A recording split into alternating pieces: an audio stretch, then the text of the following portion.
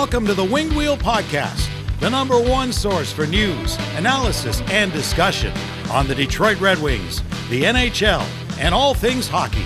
Here are your hosts, Ryan Hanna, Brad Crisco, and Evan Lopsinger.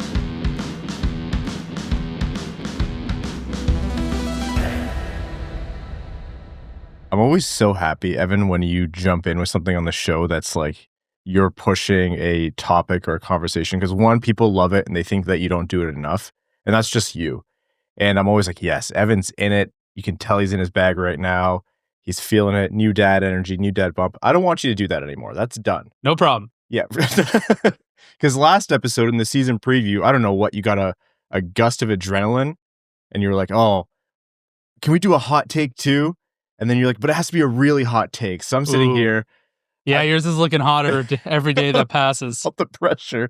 And I'm like, oh man, I want to give this a good one. Evan's pushing this. I was like, how do I go off the board here a little bit? I don't want to do the obvious. And I come out with John Gibson over 920 save percentage. And that's I'm pinning that on you. It's getting hotter by the minute. What'd you say in the live stream? Is he need to score a couple goals to get to 920? He absolutely is. Yeah, you trapped me there. It'll be incredible seeing a Detroit Red Wings goalie win the Hart. With the comeback performance of like third in the Rocket Richard race and, a 919 save percentage. Yes. This is what I get. It's hilarious, though. Well, I can't even remember your two hot takes because I'm just blinded with shame from mine going down game one. Luckily, the Red Wings came back with the win the second game, so this is an immediate miserable episode. I was a post away from my hot take getting a good head start, but Axel Sandin-Pellikka was just... Yeah, he did come close, didn't he? He came very close. In any case, I think that performance last night really... It kind of took the little bit of good we saw in game one, and then it was like, hey, no, that's real. And that just changed the entire tune for today's show. So what you're saying is, the moral of the story, we should do 9 preseason games? Don't do that. No, thank you. Don't do that. Welcome to the Winged Wheel Podcast, folks. Here to talk to you about all things Detroit Red Wings hockey. This season has kicked off, the world of the NHL, and lots more. I'm one of your hosts, Ryan Hanna. I'm Brad Crisco. And I'm Evan. This episode of the Winged Wheel Podcast is presented by Greenlight Lending. Red lights are meant for lighting the lamp at the rink, not your home ownership goals. Head to gogreenlightlending.com today for creative mortgage solutions with flexible closing cost options. Licensed only in Michigan, NMLS 2676683, an equal housing opportunity lender and proud sponsor of the Winged Wheel Podcast. On this episode, we're recapping real Red Wings games, not preseason games. 2 of them played. 1 was terrible. 1 was great. We'll be covering both the ins and outs, the storylines, who came out of the first game, who came into the second game, milestones that were hit, McLellan's messages, all of that and lots more. We'll be taking a look at how the kids have done through the first 3 games, what roster moves we might be looking forward to ahead, and more as Steve Yzerman's team begins to take shape. Before all that, Winged Wheel Podcast night at the LCA, Saturday, November 15th. It's approaching quickly. wingedwheelpodcast.com/Red Wings to get your tickets. Every ticket is discounted and not only gets you into the Red Wings versus Sabres game, it also gives you access to the pregame live recording of the Winged Wheel Podcast at Little Caesars Arena, featuring not just us, but also Ken Daniels, lead announcer of the Detroit Red Wings, Rob Ray, and other special guests. You also get a special Winged Wheel Podcast and Detroit Red Wings co-branded blanket. It's Centennial themed, so it has our 10th anniversary logo and the Red Wings Centennial logo on it. It's a sweet design. All of that and lots more, merch, giveaways, meet and greet, etc. So again, wingedwheelpodcast.com/Red Wings. All right, home opener. Had the energy, man. We started doing our live stream of the games, which in the new studio is something that we're planning to do more. So that was our first one of the season. People were pumped up. It was an important game. Detroit got the first goal of the game. It was there. And then it got bad. Kind of fast. We'll get into the details of the game, but overall summary of what happened. For the first, at least half of the game, the Red Wings were comfortably the better team, but they had a few pretty catastrophic brain farts. And as is tradition, not that you want to pin it all on the goalie, but some of those ones where you don't blame the goalie, but you're like, sure would have been nice if he got that one. Mm-hmm. those ones end up in the back of the net, and all of a sudden a 1-0 lead, and you're down 3-4-1 pretty quickly in a game where you probably should be up. Yeah, Detroit looked good. Like, you saw offensive zone control there. You saw the puck moving well. They looked a bit rusty, but the same way I think most NHL teams look rusty, especially a team with, 3 rookies and a bunch of turnover that the Red Wings had. And I noticed the kinds of things that inspired the confidence that you wouldn't have had in a lot of the Red Wings play last season. Like, they didn't look like they were fighting the game. They looked like they were controlling the flow. And then, yeah, Brad, you're right. It was just, it started with just individual moments of lapses. The unfortunate thing is, like, it was everyone on the ice got beat. Like, you think of that first goal where it was Zach Bolduc got in with a rush behind everyone, and it was Johansson played it poorly, Hamonic played it terribly. They got in behind Rasmussen. Like, there was no one on the ice who really did the right thing there. Any one of those 3 could have easily prevented that goal. Johansson was flat-footed. Hamonic was about 5 feet too wide from where a defenseman should sit there, and Rasmussen just, I don't know if he didn't see him or didn't feel like back-checking. We'll give him the benefit of the doubt and assume he didn't see him, and just got blown by, and then by the time he picked up the puck, it was too late. And then Kapanen's goal, it looked like a split-second decision by Johansson on whether to pivot backwards or not, just made it an odd man rush going the other way, and the Red Wings got beat. It was like 6 minutes of ice time for each of Johansson and Hamonic, that bottom pair, and they were a -3. They were -3, and it was like a pretty tough look in -3 in their first 6 minutes of ice time. Which was all in one period. Yeah, not good. Not good. And promptly split up those two. Johansson actually moved up to the top pair with Seider, and Sherratt down with Hamonic, and they basically were just trying to play catch up the rest of the game, but it never really came back to them. I think there were moments where the Red Wings looked like they might try to do a bit more, but Montreal made it 4 and then 5-1 in the second period, and then things looked a bit familiar where it just looked lifeless. Yeah, like the energy had been sapped, not just out of the arena, but the team. Like, they knew the game had gotten away from them. Talbot came in for Gibson, but there was just nothing to be done for the game at that point. It wasn't just, Hamonic and Johansson at that point. Everyone started to have a bad game from then onwards. Like, there were players who were playing well, I think, who then just things petered off, and it was a bad look for the team, I think, overall, and they were rightfully booed off the ice. Yeah, they got booed off the ice. They got ripped by their coach in the post-game presser, which, if that's what he's saying publicly, they must have gotten a speech at the end of that game that they didn't like. And yeah, we're going to get into some of the quotes in a bit. It's just, it felt familiar. I think that was the worst part about that game, because obviously everybody had all this optimism, all the rookies. I should point out, in that game, as bad as it was, the 3 rookies were not the problem. No. They were fine to good. And just, yeah, the mistakes are the mistakes. It's early in the season, and as much as we'd love to dump on Hamonic, and we will. I was going to say, are you It not? was, you can always anticipate some early season brain farts. It's going to happen. Every team does it. So be it. The part that rattled me more than the mistakes was just once it hit 4-1, the team's like, all right, well, we're done here for the night. Let's just ride this one out. And then nothing happened for the final 30 minutes of the game, or however long it was. It was just Montreal too. Like, nothing was happening. That was final shots were 31-17. Yeah, like the third period was borderline unwatchable. Nothing happened. Well, the good news is it went fast. Yeah. We should talk. The one goal that came in, it was the first goal of the game. The Red Wings scored. Dylan Larkin scored on the power play. It was a Patrick Kane pass that I believe was intended for Alex DeBrincat. And Larkin ripped it, and he was pumped up. You could see his family was in the crowd. His daughter, first time his daughter saw him play, and he scored. And it was the first, game of the season. Everyone's wearing the Centennial kits and those sweaters and that entire the gloves and everything with the brown accents of the leather. It was just a cool atmosphere. So you understand why he was pumped. And then, the rest of it. A lot of similarities to the last home opener against Boston. Red Wings score early. The juju was just off the roof, and then scored and scored and scored. And in this case, Montreal scored and scored and scored. And life just got sucked out of the building, and then the Boo Birds came. It happened in both the past 2 home openers. There's now been Boo Birds by the home fans. And there was also Eric Gustafsson's first game, and this was Travis Hamonic's first game. And the verdict is out by fans after 1 game on both of those guys. So it was startling, the similarities between the past 2 home openers. I still remember that message that you sent in the group chat. Like, Gustafsson's awful. Like, this is unplayable. It was worse in person.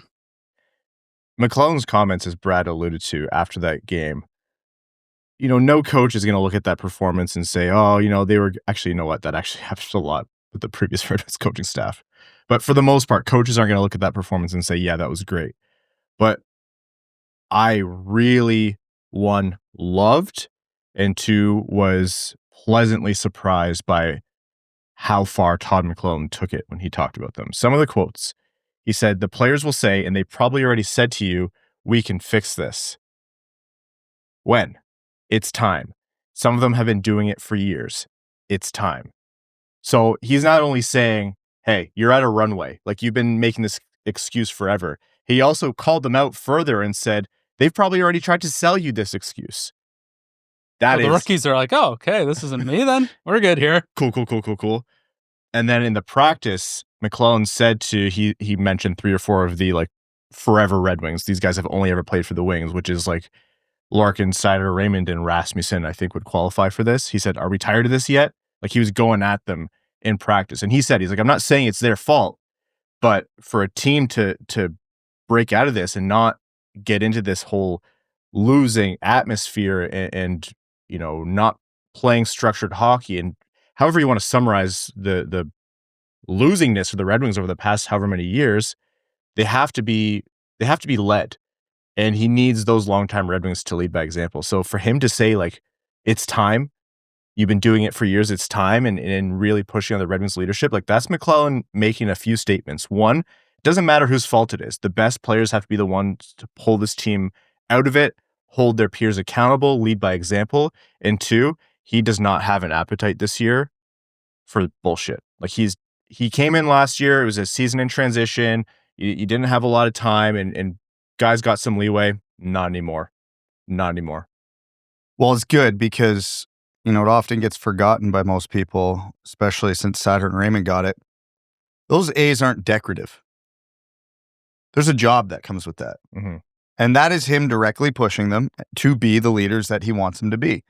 Same with Larkin. He's lumped in too. And I don't think there's anything we can say negative about their performance over the 2 games. I don't think those guys were problems at any point in either of the 2 games, other than maybe contributing to the listlessness of the 3rd period of the home opener. But I think it was a challenge to their leadership and a straight up threat to the rest of them. Mm-hmm. Like the Rasmussens of the world and the Bergrens and the guys who have been here for a while and just aren't figuring it out. He specifically called out veterans. They had 3 guys making their NHL debut. Nope. It's you guys. It's not them. It's you. You're the problem. And we've seen them replace spots already, and Soderblom had a tough game, bang, out of the lineup next game. Like, he's not afraid to do this stuff, and he's putting everybody on notice. And not that everybody had a bounce back game against Toronto, but for the most part, looked like message received. Yeah. And it's good, and that's what you want to see. Again, you don't want to see that home opener. But if you're going out against a team of Toronto's quality the next game, you damn well better be awake, and you can't repeat that same garbage. And again, a couple brain farts by a couple players who still aren't up to speed, but they had a game. So early signs point to message received. So we'll see what the long-term outlook looks like on that one.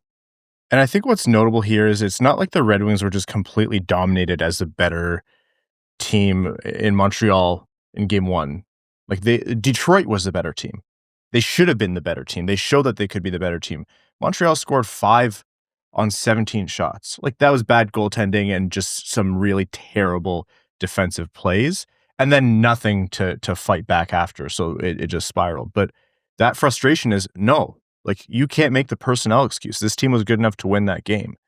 And like, we've said how many times on this show, it is one thing to have good players, but it's another thing to have a good team and know how to win. And that's why you see the near dynasties in the NHL. They hang on to their winning culture and their winning ways well after they lose some of their key players, because it's just ingrained in them. And that is, tangible in terms of how they practice and the systems they run and their skills on the ice and bettering each other. But also some of that's intangible and just like the chemistry and the atmosphere and how they carry themselves as professionals on and off the ice. Those are the kinds of things that the Red Wings are lacking. And it's not unique to Detroit. I think most NHL teams don't have that at the highest level, to state the obvious. But if the Red Wings have winning ambitions, okay, they're starting to get the good players. They really, really are. We can see that. But you have to have the winning ways now. Yeah. If the Wings lose to Montreal in the home opener, it's not the end of the world. The season's super long, but it's the way in which they lose that I think is frustrating. They were the better team on paper and they lost the game. Well, that happens.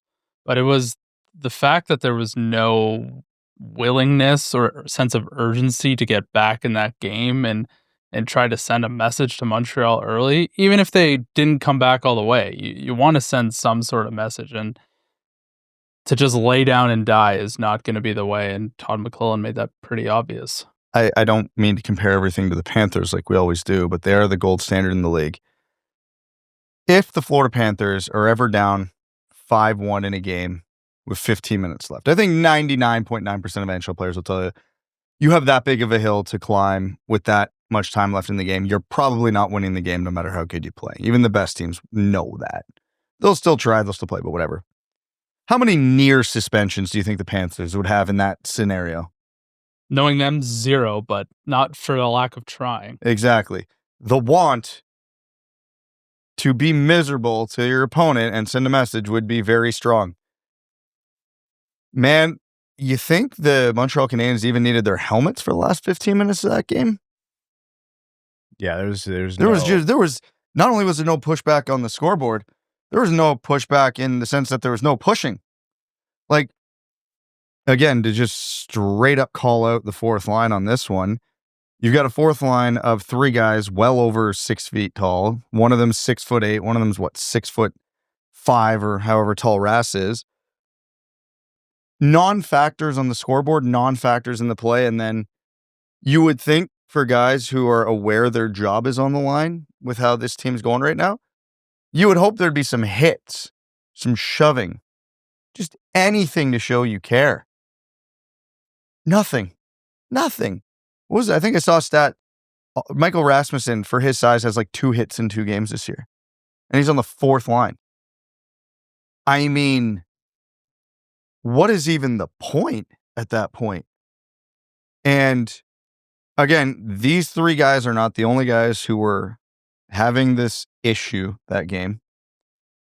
But those are the 3 guys. You're on the 4th line. You know your job's at stake. Otherwise, you'd be higher in the lineup. Do something. Mm-hmm. And yeah, the leadership group was right to be called out for not challenging the guys to push back. The depth vets were right to be called out for not doing anything. And they got the result they deserved, despite how well they played the first half of that game. Next game, unsurprisingly, Hamonic came out of the roster. Jacob Bernard-Docker came in, and Johansson was paired with him on the third pairing. And a little bit of a spoiler, that went phenomenally better. Well, the bar was subterranean, so. But it was a really good result by eye and number test. But the Red Wings played the Leafs. Gustafsson was officially assigned to the AHL. He had already cleared waivers, but they hadn't sent him down. JVR was activated, but he wasn't quite ready yet, so they gave Berggren Soderblom's spot, as Brad mentioned. So Hamonic and Soderblom are the 2 guys that got the boot from the lineup for game 2. And Detroit takes on the Leafs at home. And I got to tell you, similar feelings where it's like Detroit's not playing terribly, but the Leafs go up 2-0 in the first period. And it was Yarncroc and then Waugh. Waugh had the tip in. The Yarncroc goal looked like a missed coverage and just being in the wrong place by Seider. Then Sherratt couldn't, get the guy in front. That's because he started behind the net. And then Matthews hit the crossbar right after. And when Matthews hit that crossbar, I went, oh my God, it's happening again. Like, they are piling it on. But credit to the Red Wings, like you said, Brad, it seems like message received for at least that game. They started pushing back, and they showed their ability to control the game and work as, you know, a 5-man unit on the ice. Even before the second period, it took until the second for Marco Kasper to score, just picked his spot, Patrick Kane and Alex DeBrincat assisting, and then the floodgates really opened, I think, for the Red Wings. Lucas Raymond scored from Dylan Larkin and Emmitt Finnie, who got his first career point. It was a good effort all around by that line, but Raymond cleaned up the puck in front of the net. Emmitt Finnie gets his first career point in his second career game, which is always great to see. And then the Red Wings score their third goal. Patrick Kane, I mean, he's on the hunt for 500. That was 493 for him. And you know the DeBrincat-Kane connection is alive and well, but oh my God, that pass from Alex DeBrincat. Him and Patrick Kane are the only two that saw that lane. Everyone else was wondering. Toronto should not leave Patrick Kane that open. No. But for Alex DeBrincat to find the seam and just thread it through three guys was chef's kiss. I don't think he saw that lane. I don't think he looked at it. He just felt it in his loins. He saw binary like Neo. Yeah. That was an unbelievable play. And Alex DeBrincat, who should have about 45 goals through 2 games this season, he's just really leaning into my point from the last episode of he's underrated as a playmaker. 3 assists this game overall. Detroit goes up 3-2. Max Domi ties it 3-3 in the third. And then it just was over after that because Lucas Raymond scored on the power play, a feed from Kane, Simon Edvinsson with an empty netter, Andrew Kopp with an empty netter. So Detroit wins 6-3. And were they perfect? No. I think some of the warts that existed in game 1 existed in game 2, but they weren't like 30-minute topic on an episode after doing a post-mortem warts. They were, hey, there's 3 rookies on this team. Hey, there's a lot of turnover on this team. Hey, this is still relatively a new coach. Very normal growing pains for the start of a season. Detroit looked like a good hockey team in that game. Well, they dominated that game. Again, couple brain farts, and at least 2 goals where, do I want to blame the goalie for them? No. But in that category of, it would be really nice if one of those ever got stopped. Outside of that, like the shots weren't even close. 35-23. So that's the second game where Detroit has vastly outshot their opponents. Yeah, and the first 3 minutes of the game, the Red Wings had multiple great scoring chances right out of the gate before that fluky goal against the Red Wings fourth line goes in. And then it's, just a good tip from the point on the second goal. Those happen. You can't ever get really upset about that. And again, it's like, okay, great start. Here we go again. But again, message received. They came out flying. They kept the foot on the gas. And the Leafs have really had the Wings number over the last, call it, decade. But there was a feeling in the second period, once Kasper scored and the way the game was going, it's like, I actually think they're going to come back. I feel like this is actually going to go their way. Kasper's goal felt like the first of many. Yeah, it was like, I made the joke on Twitter, it feels like the Red Wings have a finishing problem, which was followed by an amazing thread of puns below it. But jokes aside, they had 1 goal on 46 shots to that point in the season. Like, that's not good, but also that's not sustainable. The dam is going to break eventually, and then just bang, bang, 3-2 like that. Red Wings go into the third period, and you're like, they could run away with this thing before, again, a puck that Talbot, you would hope, would save gets through, and it's 3-3, but I think Stolarz was the reason it wasn't 6-3. Oh, 1,000% he was. 1,000% he was. And then still never got that feeling like, oh no, here we go. Mm-hmm. Just because the Red Wings just kept taking it to them, and they got that power play, and I was like, they're going to, like, you had that feeling, it's like, they're going to score here.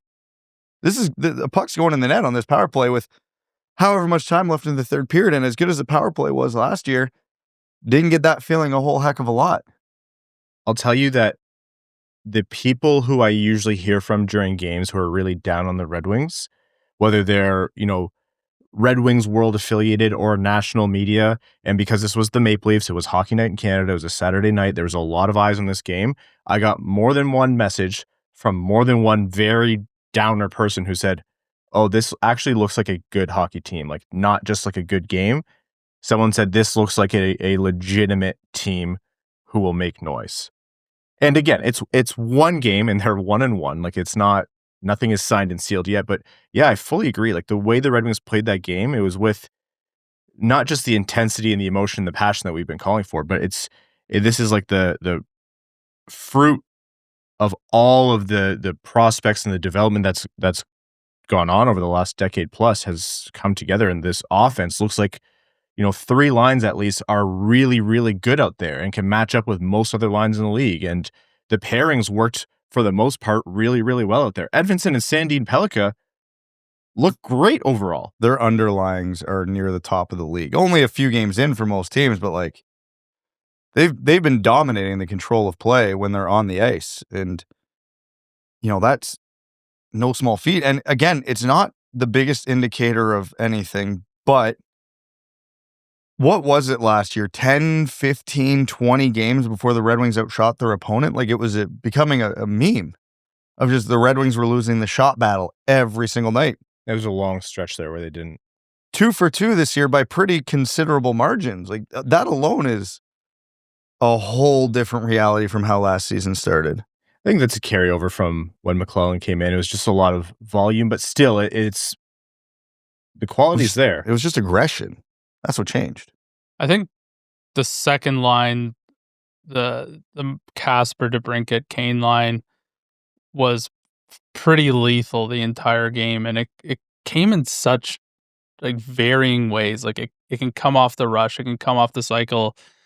Like Kasper and DeBrincat are just relentless in the offensive zone, and if that can just give Patrick Kane some time to find a soft area, that line just creates A+ scoring chances. I actually thought the third line of Compher, MBN was excellent in that game. The number of times that they were out there, whether the momentum was swinging for the Wings or vice versa, like Toronto was having some momentum, that line went out there, found offensive zone time, kept the puck in Toronto's zone. Maybe didn't have some high quality chances, but I thought that line was excellent. Yeah, even in the first game when things were going well, I thought they were really good. I thought, Andrew Kopp in the first game when a lot of things were going poorly, he was still one of the better Red Wings. And then, like you said, MBN continued, I think, a lot of what was positive for him in the preseason. And now you're talking about 3 lines, and not that Finnie was bad, but I think he was very much finding his way in the first game and still a bit in the second. Stolarz robbed him on a one-timer, I'll call it, out front, where I thought for sure that was in the back of the net. So very well could have had his first goal last game. Yeah. And now, like I said, 3 lines there where you're rolling them and you're confident. 4th line needs work. 4th line is where I think guys are either going to retain or lose their jobs, and hopefully we find out something solid soon. Well, Mazur had a hat trick the other night in Grand Rapids, so yeah, the messages continue to pile up. When Nate, I tweeted this, but when Nate Danielson is back and he's up to speed, I want him in that bottom 6 center role immediately. Like, you can roll that line 13 to 15 minutes a game, no problem. Yeah. Right now, you can't play them 5 minutes or else they're going to give up a goal. Like Rasmussen's not a center. He's just not a center. No, he's been atrocious this season. Berggren and Soderblom haven't been doing anything as the quote-unquote offensive catalyst on those lines. Like, the top 9, for the most part, outside of the second half of the Montreal game, you can be very, very, very happy with. That line, it's the 4th line, so if you're ever going to have a problem on a line, that's the line you want to have the problem, but I don't want to say they're unplayable after 2 games. That's a bit harsh, but man, it's trending that way. What a good news story that is. You have 1 line that's really the problem right now. That is like 5 fewer lines than we usually have a problem with the Red Wings. Like, this is, like, I'm not even kidding. This is genuinely good. So that game. And 1 change on defense, and all of a sudden we had 3 pairings that were usable. It's unbelievable. And that's before Steve Yzerman goes out and makes a blockbuster trade for a top 4 left defenseman. Jake Sanderson shoots left, doesn't he? We just got the wrong one from Ottawa. Oh, okay. Well, yeah, we'll go grab Jake Sanderson. Go back to the well. Yeah, he'll be really cheap for sure. How much did you guys love, speaking of left shot defenseman, how much did you guys love Simon Edvinsson? He kind of came alive that second game, was really mixing it up with Matthew Nyes, hit him with the bye-bye, gave him a scoreboard at the end of the game, and him and McMahon went at it. Like, I saw more juice and more fire from Edvinsson in the second game. I like that. And there's a rematch on Monday at 2 p.m. So that'll be good. The only problem is the Leafs are dressing someone for their NHL debut, so the Red Wings are automatically down a goal. Oh yeah, that always happens, doesn't it? Yeah. That's how I felt when that kid had with his first playoff at bat in his career came up for the Mariners and to tie the game, and I was like, oh great! You just knew that was so Red Wings coded against the Tigers. Raymond, 100 career goals already, with 2 on the night. Kane and DeBrincat, like I mentioned, 3 points each. Just a much, much better result. Now the Red Wings look forward to the Leafs again on Monday, 2 p.m. Eastern. I believe that game is going to be an Amazon Prime game. And then 7 p.m. Eastern, Detroit has the Florida Panthers back in Detroit. Tough start to the month. We're going to be back with you on Thursday. You should hear the show by Thursday afternoon or evening. So 1-1. All in all, you'll take it. And the Red Wings have some things to work on, but still really, really positive signs so far. We're going to take a quick break, but more after a word from our sponsors. Back after this. 3 main ingredients go into our early morning offseason episodes: sarcasm, a healthy dose of blind optimism for a deep playoff run next season, and really good coffee. And that's where we have to give a shout out to Coffee Cult. We started drinking it after one too many late night editing sessions, and it honestly ruined other coffee for us. You can actually taste the difference, seriously. They use specialty grade Arabica beans, work directly with farmers, and they roast everything after you order. So you're not getting stale beans that have been sitting around. It's roasted fresh and it shows. The dark roast, which is Evan's personal favorite, is smooth, full-bodied, and has notes of caramel and chocolate without that burnt aftertaste. The Sumatra is awesome and my go-to, really rich, deeper flavor with a bit of that brown sugar note to it. And they've got tons of single origin options for you as well. Colombia, Brazil, Kenya, you name it. And you can get 15% off any coffee with the code WWP, plus free US shipping if you spend over $49. Check them out at coffeecult.com. That's KOFFEEKULT.com. Use code WWP, get the discount, grab some cool apparel, and enjoy better coffee. Coffee Cult, spelt with a K. Hair loss isn't just about what's on your head. It's about how you feel when you look in the mirror. And just like getting back into game shape after a long off season, sometimes you need a little help regaining that confidence. With Hims, you can take that next step toward feeling like yourself again. They provide access to personalized care that fits your life, no blockbuster trades required. Hims offers access to a range of prescription hair loss treatments with ingredients that are proven to work, and if prescribed, they can help stop hair loss and even regrow hair in as little as 3 to 6 months. That's a shorter turnaround time than some rebuilding teams manage. The process is straightforward. You fill out an online intake form, a licensed medical provider reviews your information, and if it's right for you, your treatment ships straight to your door. No waiting rooms, no overcomplicated playbook, just straightforward care that fits into your schedule. You'll get clear guidance, real results, and no hidden fees. It's like breaking a goal drought and getting your first-line confidence back. For simple online access to personalized and affordable care for hair loss, ED, weight loss, and more, visit hims.com/wingedwheel. That's hims.com/wingedwheel for your free online visit. hims.com/wingedwheel. Individual results may vary based on studies of topical and oral minoxidil and finasteride. Featured products include compounded drug products which the FDA does not approve or verify for safety, effectiveness, or quality. Prescription required. See website for full details, restrictions, and important safety information. Welcome back. The kids. Brandsegg-Nygard, Sandin-Pellikka, Finnie. Their first 2 games of their NHL careers, and obviously it's been exciting for Finnie. He got his first career point, and Sandin-Pellikka has had a lot of looks, actually. And Brandsegg-Nygard, as Evan mentioned, he's had his really strong moments on that third line. What are your takes on how they've done through 120 minutes here? Oh, if we go one by one, ASP to me has probably looked like the best of the bunch. Right onto the second pair with Edvinsson not being eased in at all. Put one off the post against Toronto. There were moments I've noticed deep in his own zone where he did get a little too casual with the puck. Obviously, NHL pace of a forecheck, a little different than what he's used to. So those moments were expected. And that was really only in the Montreal game. I think his pace was much better against Toronto. He's looked comfortable defending. He's looked comfortable with the puck on his stick. Still getting shifts on the penalty kill. Mm-hmm. Which is not a small thing for a rookie sub-6-foot defenseman to be killing penalties immediately in the NHL. Now, part of that's probably Todd looking at last year's penalty kill and go, anybody but those guys. And yeah, he's looked really good. MBN had a few good looks against Toronto, just misfired on a couple actually, which is rare for him, but that will work itself out. He's looked good on the forecheck. He's looked capable with the puck on his stick. Again, he's getting in the right spots, getting his looks. Finnie's done well. You can tell he's struggling to keep up with Larkin and Raymond, but that no matter who they put there, they were going to look like they were struggling to keep up with those two a little bit. I think as Finnie gets more confident, he might start making some more plays. Like, he's tried some stuff. I'll give him credit, but you can also tell there's plays he gets the puck on his stick and he feels like he needs to rush it when that's not always the best play in certain scenarios. But again, he's a rookie, so that's to be expected.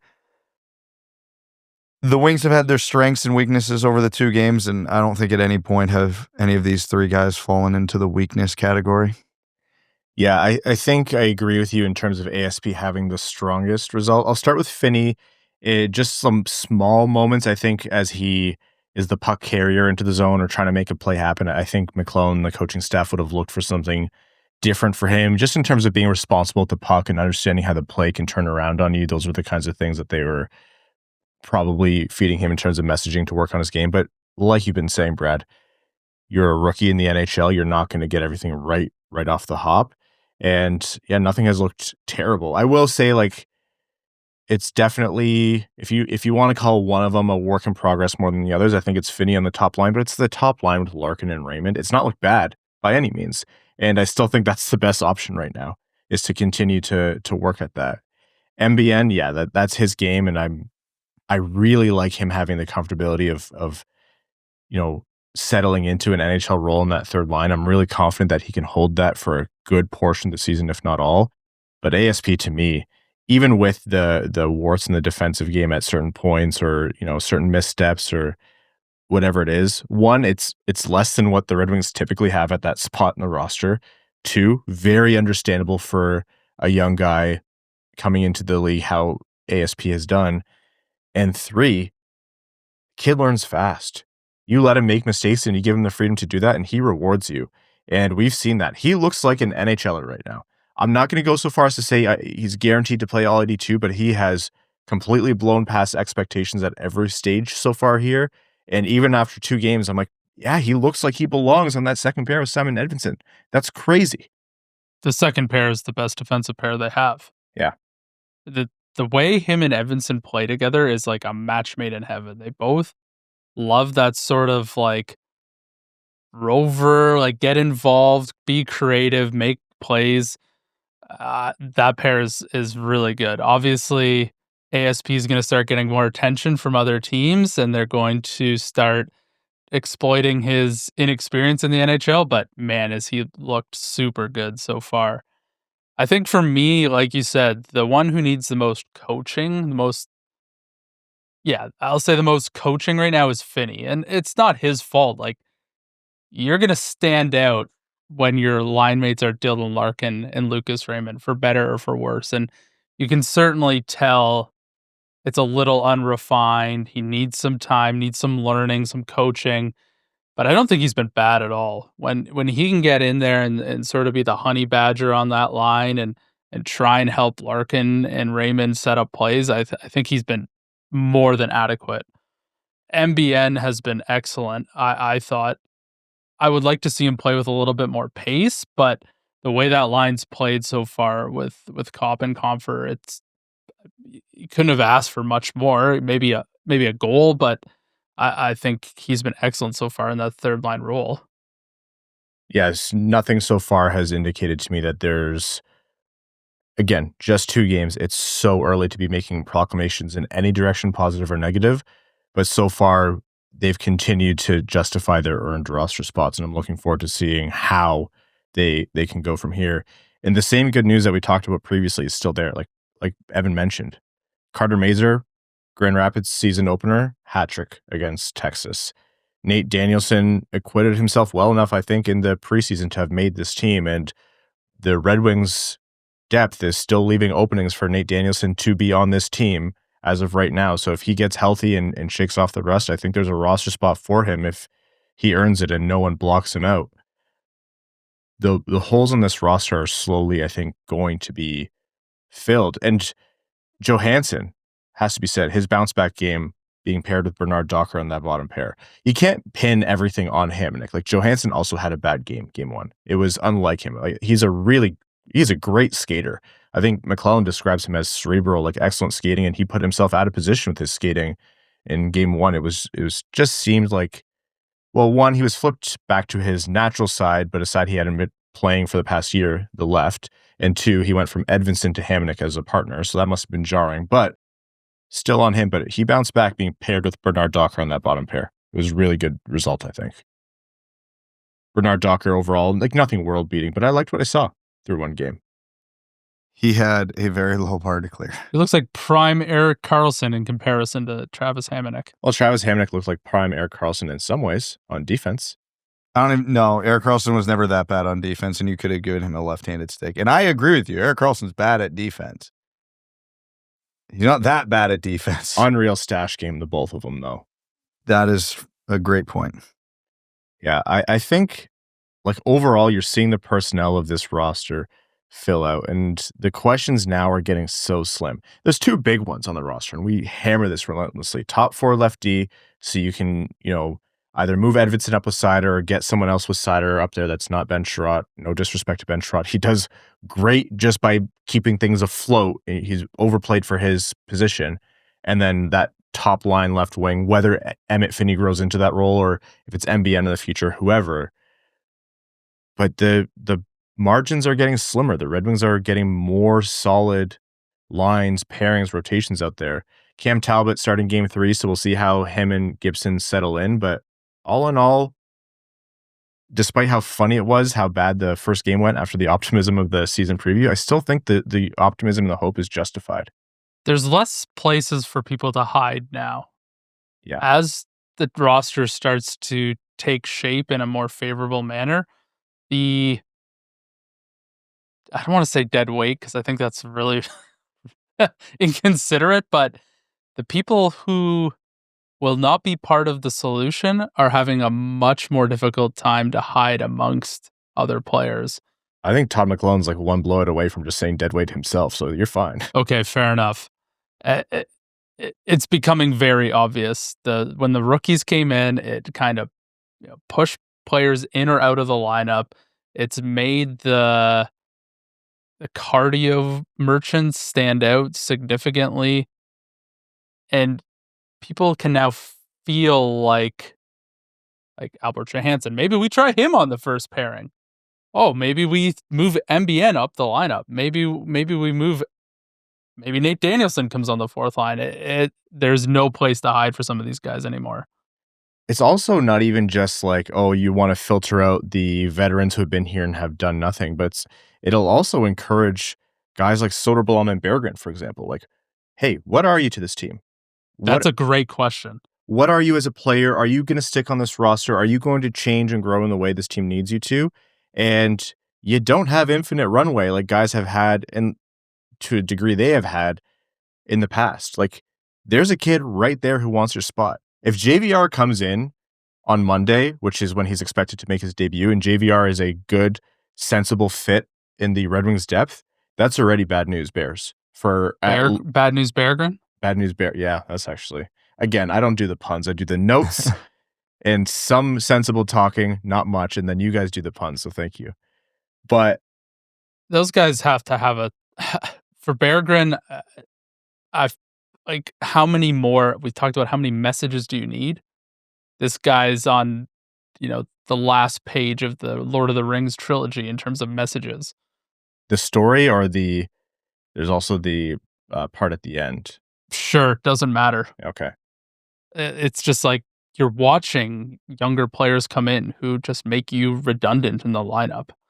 And if JVR has a good game, that's incredibly bad for Berggren. Good for the Red Wings. And I feel bad for Soderblom because you see flashes of high-end skill. But if that's not going to take place, like, God gave you a 6'8" frame. There's 2, maybe 3 people in this room who wish they had those sort of dimensions. Like, if you don't have the mentality to go out there and blow some people up, like, I I'm having a tough time seeing where you fit in the lineup. And again, it's one game each. Neither of them were impressive at best. It's still just one game. Lots can turn around. We've seen really good from both of those players, but the good news is whether they peter out or they stick, it's like you said, Evan, I think that was a perfect way to put it. It's good for the Red Wings because it means someone will have earned a spot. This isn't, the days of old where The top three lines are capable. The fourth line, I just need the give a shit to be a little bit more. And I don't even care who it is. Just crank it up and make it so that your line's difficult to play against. I think my biggest old hockey man yells at cloud opinion is if you're a big player in the NHL and you have a roster spot and you're a big player, but you never really grew up as that kind of player. You like to be the skill guy. You like to score. You like to be a little bit more of a finesse guy. If you haven't made that work in the NHL, and this is what you were mentioning, Evan, if you haven't made that work in the NHL, I think you should get your shot too. I think nobody should just be cast into whatever archetype or player mold that they look like. But if you're not that guy at the pro level and you have the frame, it is your duty given by the hockey gods to go and be a big physical body. You don't have to be like Murder Bambi Matt Rempe, but it'd be nice if you threw your weight around. There's 5'6" Lane Hutson head faking behind his own net. Just go and throw him into the 15th row. Punish him. Make him feel even worse about not having a contract extension. Not making the Team USA. Make Montreal believe that they might have Shane Gostisbehere and not Erik Karlsson on their hands. Go out there and make some noise. If you're going to be that big, because all you hear is size draft. All you hear is, oh, well, he's a big body. And I'm like, where? Doing what? He tries to drive the net, dude. Throw a punch at the other coach. I don't care what you do. Just use the body. This is just feels like it's attacking only Soderblom and Rasmussen, but those are the two big bodies on this team where it's if you run out of things to do offensively, that's a great way to hang on to your spot in the roster because this roster still does need the snarl and the physicality. Just saying. I got a fun idea and it ties with a story I actually have from yesterday. Listen, I feel short on my best days. Okay. I'm vertically challenged and this is not a secret. Mika had a game in Brantford yesterday. And right before her game, the Brantford Titans were playing the Ayr Centennials, Junior B hockey, in the Gouge. As we were waiting for Mika's room to open, I was standing right next to a player on Brantford that I'm convinced the Red Wings need to draft. His name is Alexander Karmanov. This man, 17 years old, by the way, is 7 feet tall. What? 7 feet tall. In one human being? That's on feet. He still had his skates on when I was standing next to him. He's hitting his head off the sprinkler system as he walks through the arena. I felt like I was at Ripley's, believe it or not. I was like, there's no possible way. The height difference between me and him was the same as me and Mika. And she's 9. Oh my God. The Red Wings need to draft him. And by the way, he took 4 penalties that game. Perfect. Good man. Perfect. Just so all the big guys on the Red Wings feel small. So they feel like they have something to prove.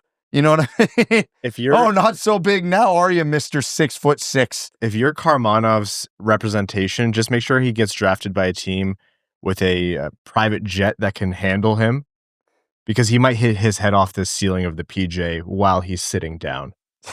He just lays in the aisle. Oh, anyways. Okay. Other quick notes. We mentioned Mazur's hot start in Grand Rapids.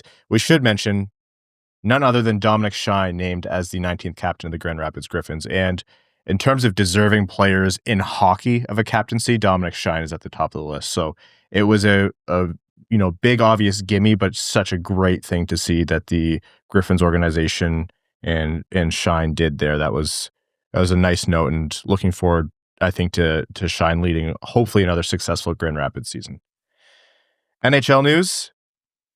What was it? Thursday, 14 games. Friday, 0 games. Saturday, 16 games. Sunday, tonight, 1 game. Dumbest league. And I think on Saturday, half of those games all started at the same time. There was some justification of having so many teams play Thursday and then everyone on Saturday meant Friday was tough. It's yeah, I get that. you're going to get the excitement of the new season. You're going to have nobody play on Friday when there isn't NFL football, when It's Canadian Thanksgiving weekend. One baseball game. But it was at 2:00, Brad. Like, we can't get in the way of the MLB. Did you guys see, jumping away here, did you guys see Tyler Myers practically lift Connor McDavid up by the nuts with his stick with that cup check? Yes. He got a fine, Ryan. So, like, did he get a fine? Yes. Let bygones be bygones. Maximum allowable. The maximum allowable fine should be McDavid should be allowed to do a full two-hand wind-up. I don't actually care what part of it, maybe not his face. It's just so, and you guys will have heard me complain about this before. There's so many things in hockey where it's like, yeah, I mean, why wouldn't you do it more? What's $2,500 when you're getting paid millions of dollars? We can solve It's multiple gutless thing. problems at once here.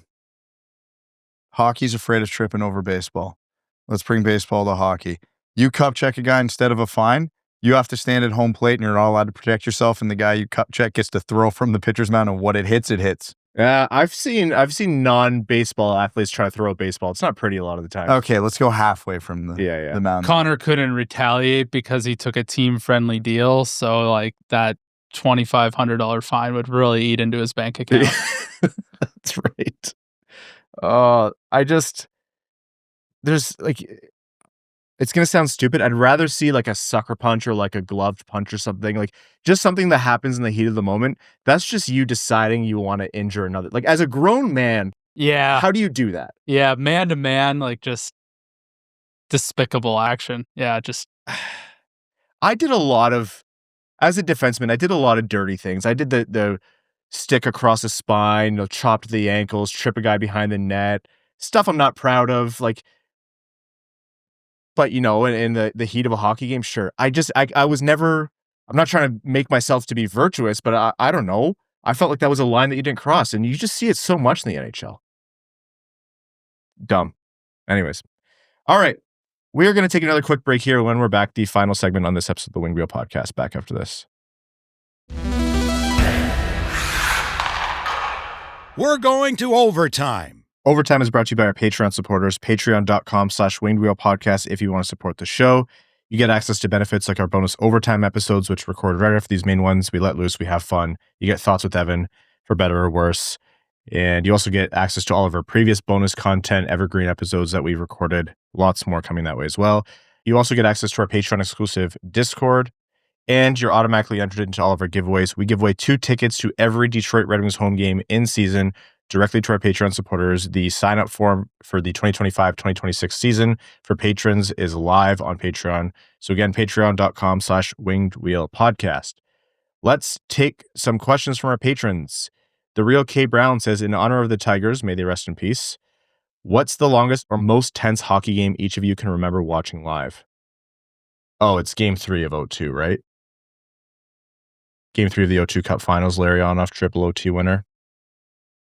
Game 5, 2008 Cup Finals. That was, yeah, you know what? That's tense. Because like the Tigers, that one ended in heartbreak.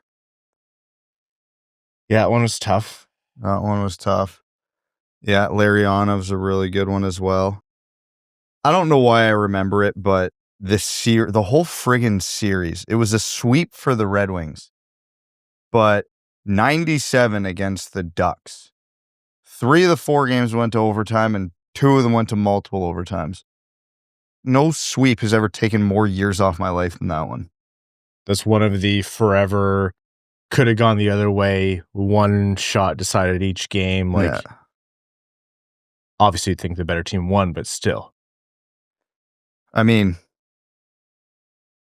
it was only 1 overtime, but let me tell you, 2010 Olympic gold medal game. I think a lot of people took some years off their lives on that one. That Tigers game, man. Oh, God. It's like both teams, I think, felt like this. It's like you're throwing this way, you're throwing this way, you're throwing this way. But every single time, you got to 15. You got to 15th inning, man. Oh, my God. A historic performance from Skubal. God, that was just gut-wrenching. It was good. It's been a long time since the Red Wings have played games of consequence, because there have been some games over the past few years where that feeling has come back of just like the intensity of like, oh my God, not only am I covering this team, but like this actually means something. And then the heartbreak after. I did it's been 45 minutes after I turned the TV off. I'm sitting in the dark in my living room on the couch after that Tigers game. Been a while since I've done that one. All right, moving on here. Motown Seider says, assuming for fun that Kane stays on the team until he's 40, how long do you think it will take for MBN to get ahead of him on the right wing depth chart? Or do Bachelnikov or Kiiskinen have a chance to leap ahead since they are scoring wingers and MBN is such a good grinder? Thanks, and I appreciated the live stream. My hot take is he's going to end up on the left side next to Larkin and Raymond. Yeah, I think we talked about that on the live stream. You think he could work as an off-wing winger there? Yep. Be worth trying at some point, for sure. Kane, man, again, 2 games, but it does look like he is playing right now at the level he was playing at the peak of last season. Oh, he's got it. That line is so perfectly constructed. Hockey is Importanter says, question for my 3-year-old. Why don't the Red Wings have a mascot at their games? Saginaw Spirit have 2, Sammy and Bert. Well, Hockey is Importanter. Your 3-year-old is very smart, because why don't the Red Wings trot out Al the Octopus? It's in my backyard. Oh, that's right. The giant. Is it heavy? I can't lift it, so I would assume so. I don't know that means much anymore. It's been a while since you've seen a gym. No. We maintain on this podcast, this is a religious point for us. Full-size Al the Octopus with the tentacles and everything, but don't make it compact so it can go up and down the aisles. I want it knocking kids, beers out of people's hands, popcorn. It needs to be obnoxious, like Gritty. Yes. And you can't do Gritty. Bowie is already like a Gritty knockoff. You can't do it a third time. And Bowie sucks. There's only one Gritty. Bowie kind of freaks me out. Do you see Bowie almost got eaten by a bear in the offseason? That actually a real thing. No, that legit was an insane video. Yeah. And it was one of the players. They were literally fly fishing for some skit, and a literal was it a grizzly? Or was it just like, I don't know. But I either can way, imagine it wasn't a grizzly otherwise. it wasn't like the bear was there. It charged them. Hilarious. That bear looked at Bowie and went, I have no idea what that is, but I have to kill it. Yeah. And honestly, that's a pretty good I have to primal strike instinct. first. Cheesy Spoon 72 says, planning on heading to the Griffins home opener Friday. Who are the players I should be on the lookout for?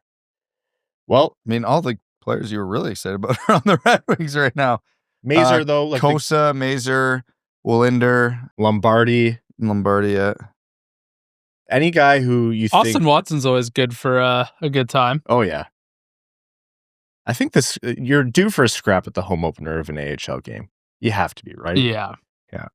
Rasmussen and Petrie on a 2-0 breakaway says, is Edvinsson and ASP already the second best pair we've had over the lifespan of this podcast? I don't think yet, performance-wise, but I don't know that I'm going to have that same answer like 30 games in. Is the first best Edvinsson Seider? Yeah, but they wouldn't have been a second pair. Oh, are they the best second pair we've had? No. Yeah, I think Edvinsson Johansson last year was performing a bit better. But in terms of... Not like this 2-game stretch. They didn't have a 2-game stretch like this, I don't think. I think they Dude, their expected goals percentage is like over 80. Like, it's otherworldly. Let's see. It's not going to hold up at that level, but like... Yeah, it's going to go to 90. Exactly. Yeah. Tutayev Jersey Haver says Mazer's hat trick is going to turn a lot of heads for who's next up, but keep an eye on Lombardi too. Early days in the AHL, and he's showing a lot of the mental pace that you guys mentioned last week. Set up Watson on a beautiful feed against the Stars last night. Don't discount him. It's really just the size that's working against Lombardi, because everything else is there. If you swapped him for Rass right now, I would argue the team's better off for it. Once again, the bar is extremely low. I'm aware. Which is ironic. We just talked about, being hard to play against. Like, you want someone to go beat somebody up, you could throw Austin Watson in there. I'd be completely okay. I thought you were advocating for Lombardi to go throw it on there for a second. So you want someone to beat somebody up? Throw Amadeus Lombardi in there. He'll go out there and beat someone up. Matthew Nyes is looking for a beatdown. I think Amadeus Lombardi's ready for it. We could have another. Remember when DeBrincat tried fighting Yossi and was laughing at him, and then Yossi fought DeBrincat and he wasn't laughing anymore? Yeah. Yeah, let's do that, but with Lombardi. The El Cato says, you clearly have a core group ready to rock. Sherratt is a detriment on the top pair. Who could the Wings trade for to fix the second pair and get Ed to Seider's side? That's the thing. Like, guys who are noted as on the trade block who shoot left, there's not a lot on Quinn defense. Hughes left-handed? That's the only one. It's only Quinn Hughes. And at that point, I'm not sure you have very many Red Wings left. I knew this was Philip Zadina's fault. Yeah, it all just does come back. Maybe that's where we screwed up, because he shot left. Maybe we just needed to convert him to defense. He couldn't have been much worse as a goal scorer, so you might as well have tried something else. It might, okay, Anton Johansson looks great for the Red Wings in their prospect system. That's a right shot. There's a lot there. And I get it. You have other defensemen who will fill out the depth and could push things up in Bouillon and Willander, depending on how they pan out. But legitimately, if this Johansson JBD thing goes well, like it looked like last night, and they can keep extending JBD for nothing, they only have one hole to fill on defense of true consequence. But unfortunately, much like forwards, it's on the top pair. Or, if there's a configuration of those top four of Seider, Edvinsson, ASP, and mystery player. That's exactly where we're at. Where it could be Edvinsson and Seider, so it's not top pair, it's even second pair, but they fit well with ASP. They just have to fit well with him, they don't have to necessarily be an everyday number 3, number 4 guy. There's great teams in this league have defensemen in their top 4 who would be absolute third pair, 7th defenseman kind of guys on worse teams, but they just fit in really well in those systems.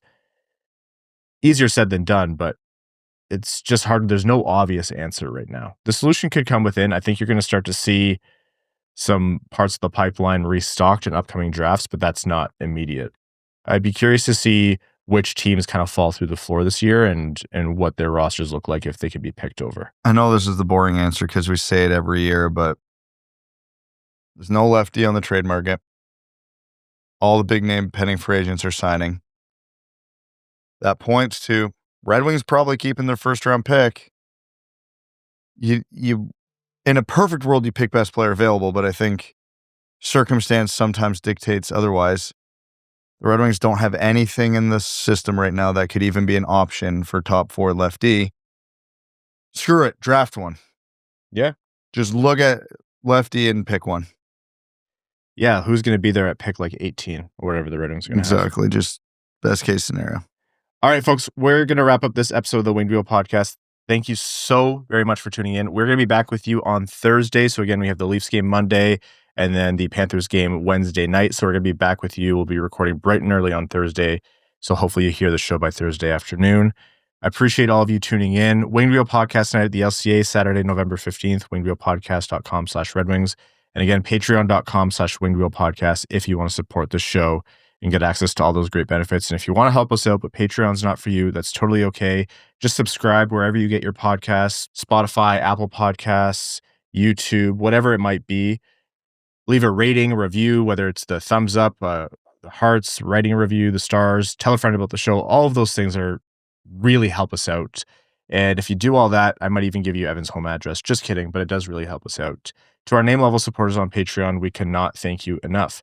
Arjun Shanker, Akefer, THL Champ, Samuel Soderholm, Icon, Glenn, Brabham, Rain, Dano, Bellingham Acid Balls, Below Average Ball Hockey Goalie, Sea Lion, Matthew M. Rice, Darb EQ, Bingo, Bango, Hassam Al-Qassem, Asher Killian, Kaylin Wood, Alex Toger, That's What I Appreciate About You, Derek Enstam, Matt McKay, Jacob Turner, Andy Hardcore, Sam Bankston, Citizen High Five, R.A., Aaron Hudson, Admiral Matt S., The Cheesebag Navy, The El Cato, Stephen Ortlieb, Jonathan Miller, Give Blood Fight Probert, DJ Denton, Carl Brutaneluski, Jay Gollum, John Engel, CB55, Connor Scovey, Adam Zuiza, Adam Rose, Who, Steve R., Hockeytown Matt, Mr. Kuzi, Chaotic Monkey, Craig Kibble, Eiserplan Stan, Clip Clop, Nene, That's What I Appreciate About You, Podgy713, Now I Have to Learn How to Click on a Macintosh, Griffin, Not From Grand Rapids, Marty, Kozlov's Punch to Foot's Head, Jeff Pridemore, Eric Hill, Butts Carlton, Best James Bond, Beer League Legend, Alec, Mark Hernandez, Slim Smitty Cards, Grand Rapids Girly, Anna Sleeman, William,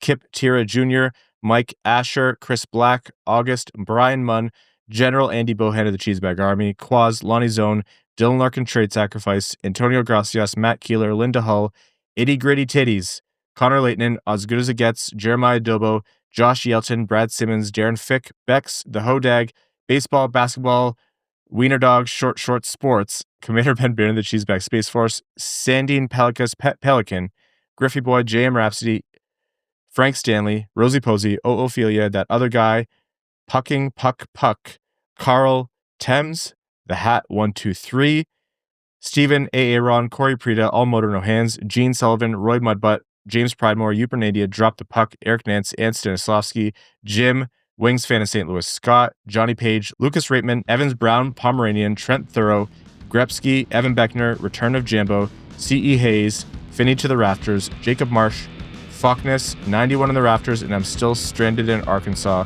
Fight Night at the Joe, Andrew Shaw, Axel Sandy-Pelican, and your second favorite patron. Thank you all so very much. We'll talk to you Thursday. Thanks for tuning in to the Winged Wheel Podcast. Be sure to visit wingedwheelpodcast.com, where you'll find links to subscribe to the show on Apple Podcasts, Spotify, YouTube, or wherever you get your podcasts. You'll also find ways to support the show, like Patreon, official podcast merchandise, and more. And don't forget to follow us on X at Winged Wheel Pod, at Ryan Hanna, WWP, at Brad Crisco, and at Hockeytown Evan, as well as Winged Wheel Podcast on Instagram.